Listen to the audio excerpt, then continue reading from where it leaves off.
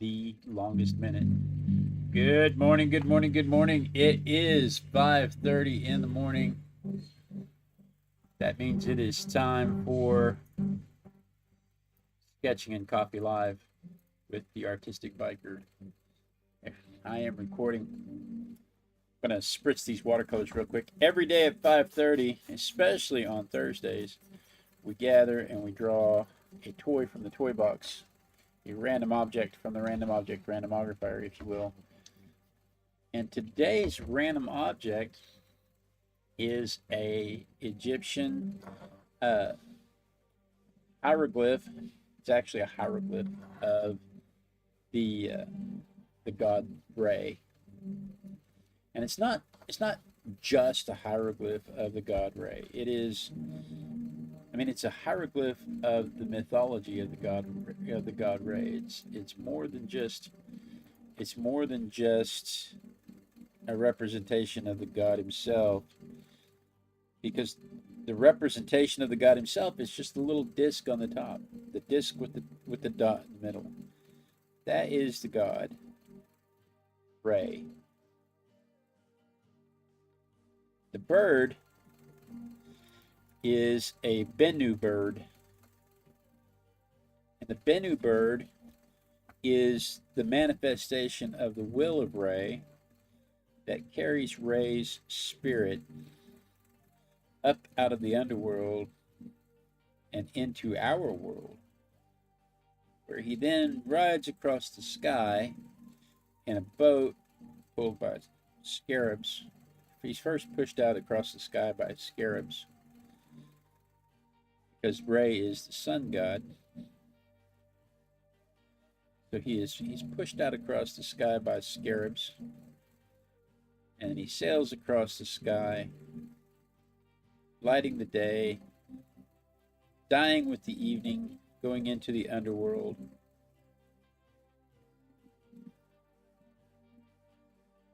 Where he meets up with Osiris. They bond, and it re-energizes Re and allows him to be reborn as a new young sun, rises up in the east by this bird once again. That music is really loud this morning. I've tried to turn it down a couple of times now. I hope it's not too loud for you guys. It's really loud for me. I just want nuance. I don't want to be overwhelmed by it.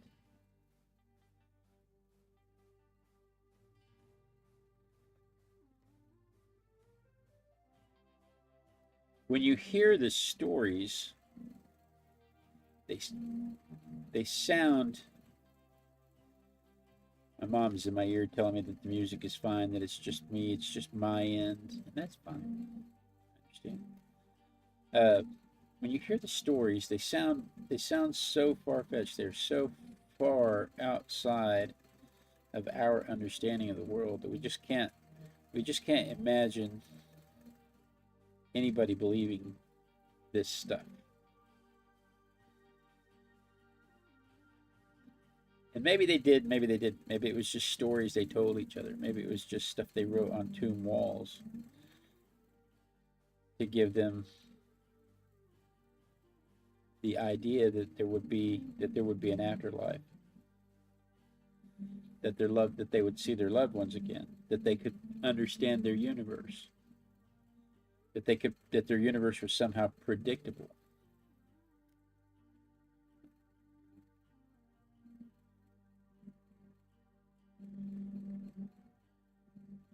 And that is basically all they were interested in, is being able to understand and predict their universe. And it doesn't seem so far-fetched. They've seen scarabs roll balls across the desert, so it doesn't seem so far-fetched. Scarabs are considered holy and lucky, so it doesn't seem so far-fetched to think that a scarab might be bringing the sun across the sky.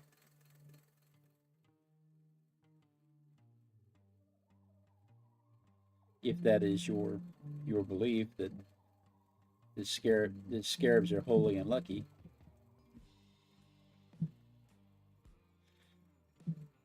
And that the sun might be a protector watching over you, protecting you from the underworld, from the god of the underworld. That's not so far-fetched.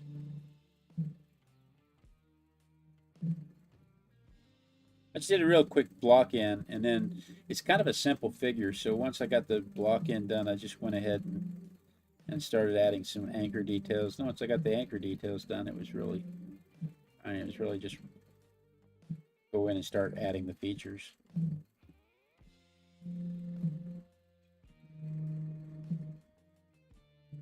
I can't, from my perspective, I can't really see all the details on this wing. I just know there's 2 rows of feathers there, but I can't really see the details, so I'm not going to go too heavy on them. I know this goes more this way.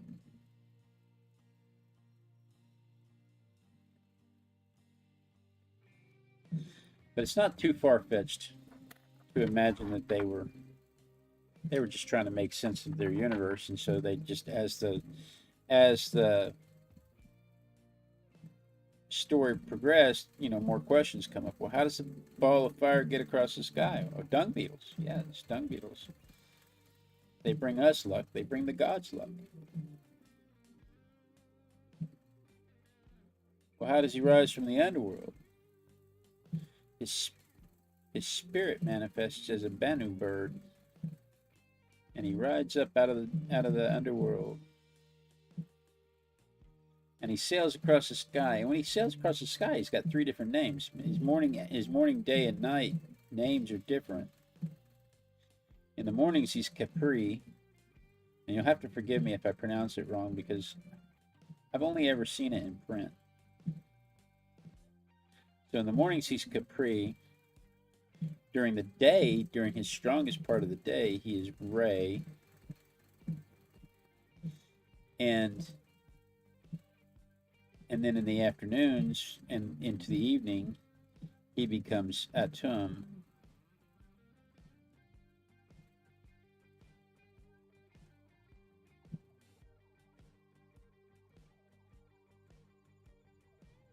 And it is in the form of Atum that he goes into the underworld to face Osiris.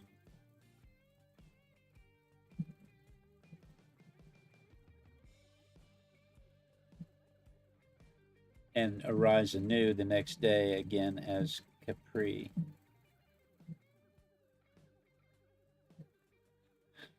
He has kids, as gods do. And he spawned his kids. There's no mother and father. There's no mother and father mythology here. He spawned his kids. His first 2 kids were Shu and Tefnut. And I'm sorry, Shu and Tefnut. Shu and Tefnut are moisture and air. And then moisture and air give birth to Geb and Nut. And Geb and Nut are sky and earth.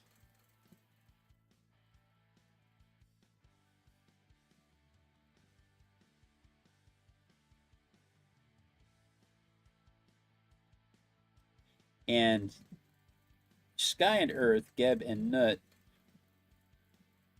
mate, as you know, ancient gods do. They're royalty, after all. They can mate with each other, as you know, as is. Yeah, it's like the begats. My mom's in my ear saying, "It's like the begats." Yeah, we didn't know we were having religious class. Blade, what are we doing? But I tell you all that to tell you this: Sky and Earth, Geb and Nut, have a child, and that child's name is Osiris. So basically, what we're saying here is that Ray spawned kids that would spawn kids that would spawn the person that he would devour and merge with and be quickened with and start the cycle anew. So I don't know. When I was reading the story, all I could think was that song, I'm my own grandpa. Just, you know, they're just trying to understand their reality. They're really just trying to put their reality into terms that they understand, that they understood, make their world predictable. Be able to forecast the seasons, be able to ask somebody for help or praise somebody for their assistance. You know, it's all just a way to make sense of their world for them. So I'm not criticizing it. I just think it's interesting that there's incest in a bird, you know, and scarab beetles, and it's all the manifestation of Ray's will. Ray, by the way, this circle with the hole in the middle of it, this disc with a dot in the middle of it, is often just represented as a disc with a dot in the middle of it. Ray is the same god that was later named Atun, that Akhenaten and Nefertiti tried to get everybody to worship in a monotheistic religion 1,000 years later. So 1,000 years after they started talking about Ray, which was about 4,500 years ago. Yeah, about 4,500 years ago, they started talking about Ray. They start writing about Ray on the tombs, on the walls of the tombs. And 1,000 years after that, so 3,500 years ago, Nefertiti and Akhenaten decide to build a city to honor Ray under the name Atun, and worship him as a monotheistic religion. And the Egyptians were having none of that. They had to have their other gods. They needed their Osiris and their Amun, the moon god, and their Geb and Nut and all that other stuff. So they killed Akhenaten and Nefertiti and destroyed the city and went back. And Nefertiti's son Tutankhamun, which was originally Tutankhaten, tried to implement the old religions again and bring back the moon god. He changed his name to Amun, Tutankhamun, in honor of the moon gods. Yeah, he still died. Incest.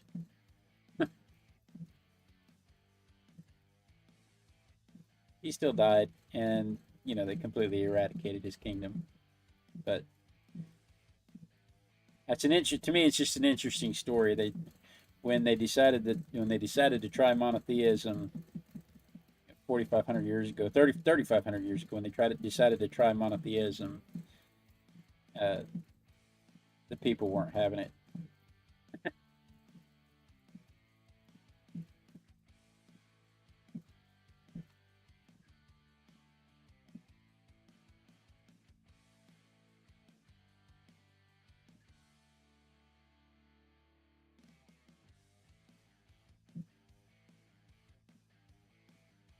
Can't talk.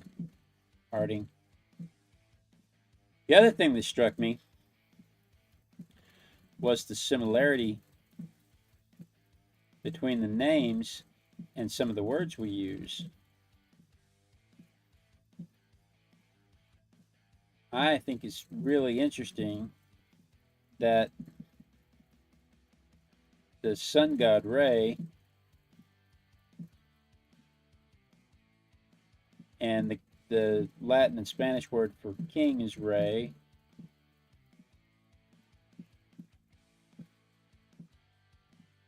And we still refer to rays of sun.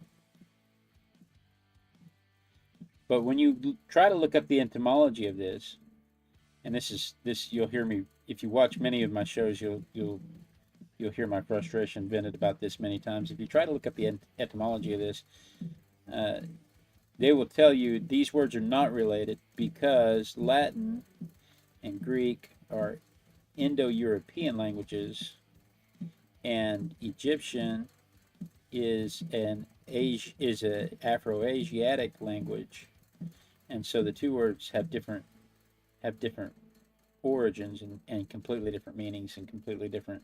And I'm like, show me on a map where Afro-Asiatic people were 100% separated from Indo-Europeans. Show me on a map where that happened, because it didn't. These people lived right next door to each other across the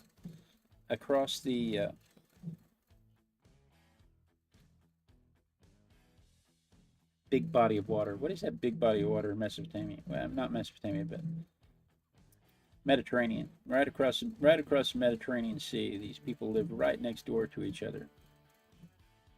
And you're going to tell me that they didn't share words at all?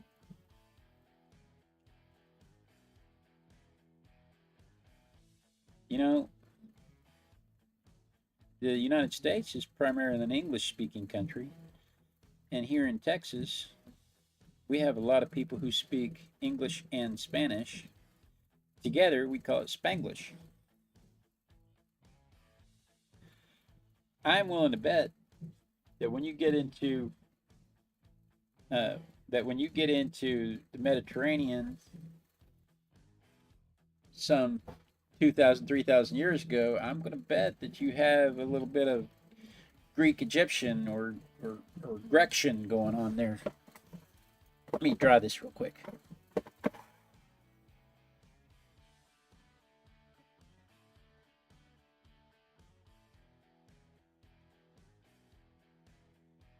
This chat's quiet this morning.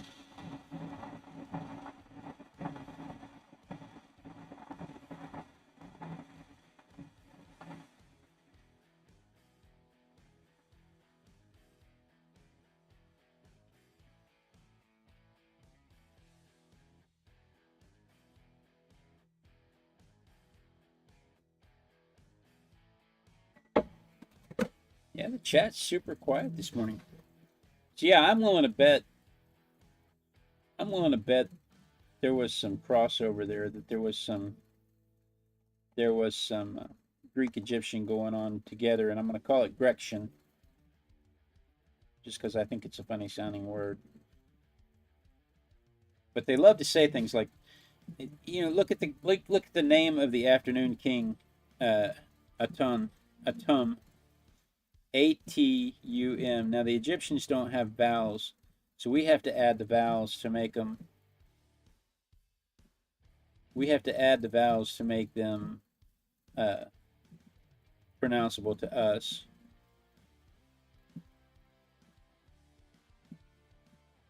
But Atum is A-T. We spelled it A-T-U-M, and it's the name of the end of the day, God. It's Ray at the end of the day. And it's also the end of summer, the end of the season of the sun, autumn. But no, those words can't be related because one is Indo-European and the other is Afro-Asiatic, right? That makes perfect sense.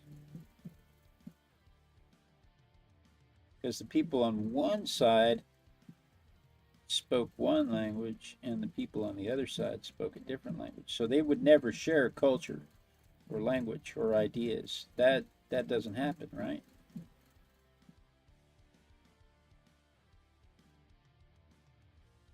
You can tell I'm not buying it.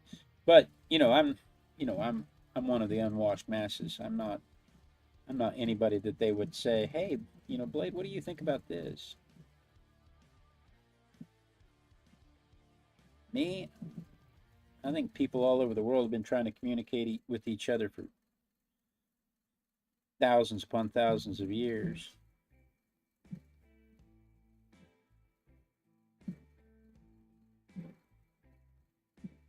Yeah, my mom's in the chat saying it would be hard to keep languages 100% separated. And I agree. I wholeheartedly agree. You couldn't keep the languages 100% separated. I feel a subtle hint. Wow, what was the subtle hint? Subtle hint. I feel bad. Ivy's here. Ivy's not here, and I'm drying again.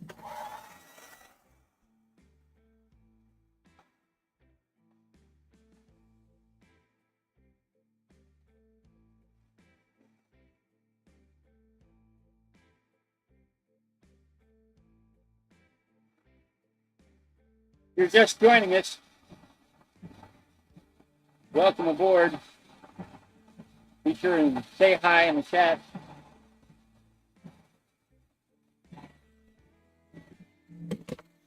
Be sure and say hi in the chat if you're just joining us. I feel bad. Like I said, Ivy's not here, and I got to dry twice. Oh, so the subtle hint is to hit the notification button. Cool.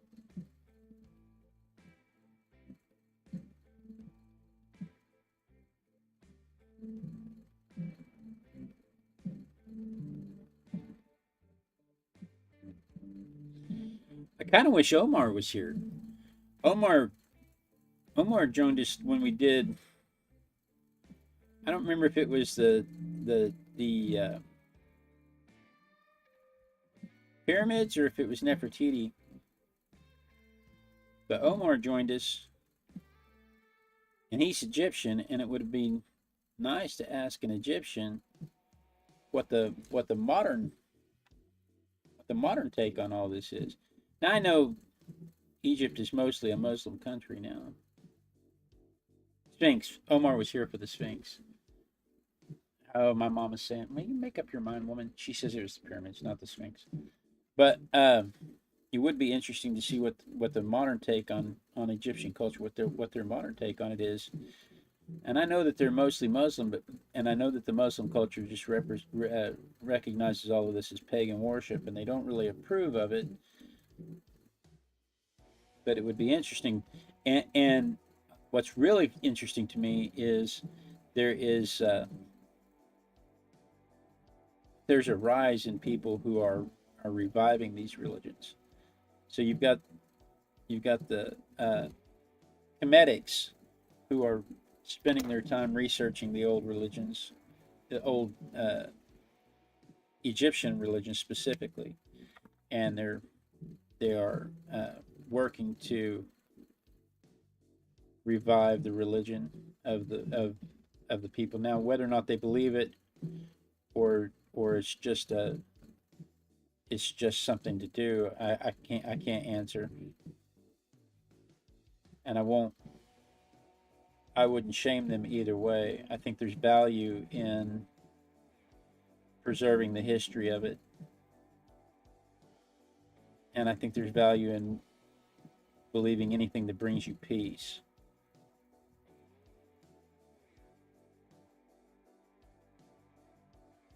So if worshiping ancient Egyptian religions brings you peace, then by all means worship real hard out. Wiccans also recognize the Egyptian gods. And so there's a little bit of revival there. Neo-pagans. But it's interesting to me that, nobody knew of these religions. They had vanished into obscurity for thousands of years, and now people are reviving them.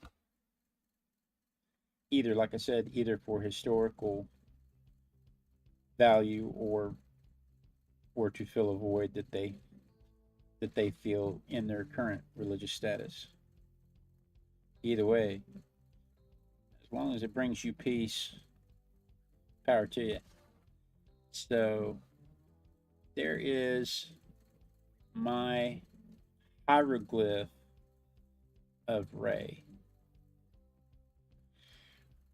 What is today? Today is 24th, 24 July 2025. All right. So stop the camera rotation and we can look at my hieroglyph versus the photograph. And I'm looking at it from kind of a different angle. So let me just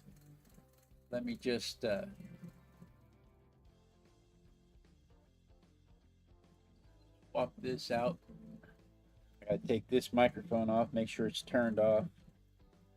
Otherwise, it just sits here and blinks and loses its battery overnight. And I need to stop the recording and safely eject the camera. And I say this every day, I need to find a better system. All right. So let's see here if we can see it from my perspective.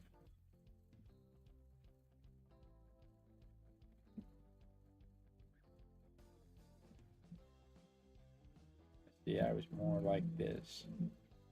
You can tell I moved around a little. That's for sure. Okay. So the screen is dark.